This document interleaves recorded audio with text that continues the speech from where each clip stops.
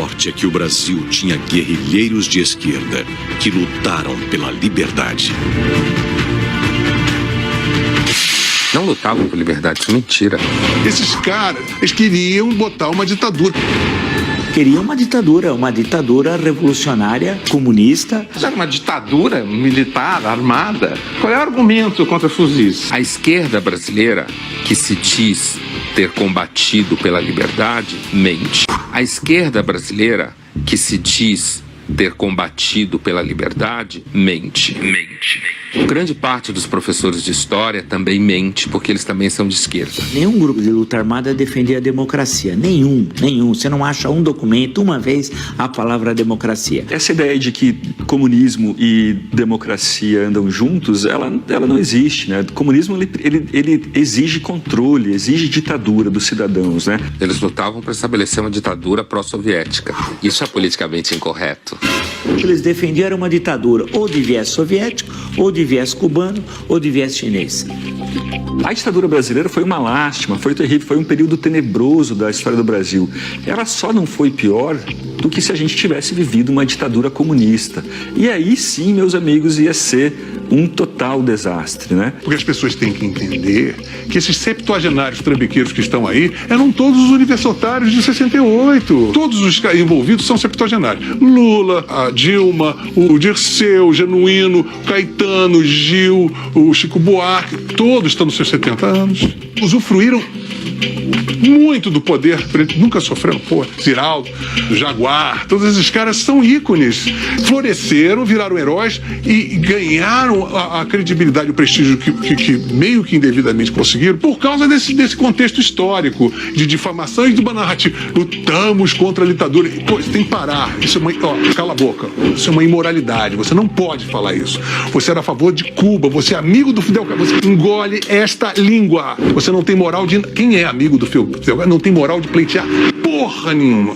Eles se mostraram a canalha que são, ladrões, fanáticos, imbecis, imunes a tentativa e erro. Muitos deles, os que amadureceram, os que envelheceram e amadureceram, eles olham para aquela época e pensam, bom, que bom que a gente não ganhou. Que bom que nós não fomos vitoriosos. O Fernando Gabeira fala isso, o José Serra fala isso, o Aloysio Nunes também, né, que foi motorista do Marighella, fala isso. Tanto que se você pegar todos os manifestos, todos, não há um que fale em democracia. Pela outra porta eu entrei no Partido Comunista Brasileiro Revolucionário, que era uma dissidência revolucionária, como diz o seu próprio nome, né, do Partido Comunista Brasileiro. Eu continuo sendo um socialista, portanto de esquerda, né? Mas sou uma pessoa que acredita que a democracia é uma questão essencial, coisa que nós, na época da esquerda leninista, etc., né, nós não considerávamos. Nós achávamos... A democracia como um sistema ideal? Não, nós éramos pela ditadura. Do proletariado? Do proletariado. Nós éramos contra a ditadura militar, mas éramos a favor da ditadura do proletariado. Isso aí é preciso dizer a verdade toda, né? E às vezes eu ouço meias verdades, né? Como a ditadura militar nos oprimiu barbaramente, né, de forma violenta, muitas vezes as pessoas pensam, né, que não existiam no campo da esquerda coisa igual e até pior, em vários aspectos, né? O Stalin e o Hitler, eles disputam pau a pau a medalha de ouro de genocidas na história recente. E o Mao Tse Tung vem ali na medalha de prata. Na medalha de prata com bronze, né? Então é Hitler, Stalin e Mao Tse Tung. Então é preciso a gente ter essa clareza.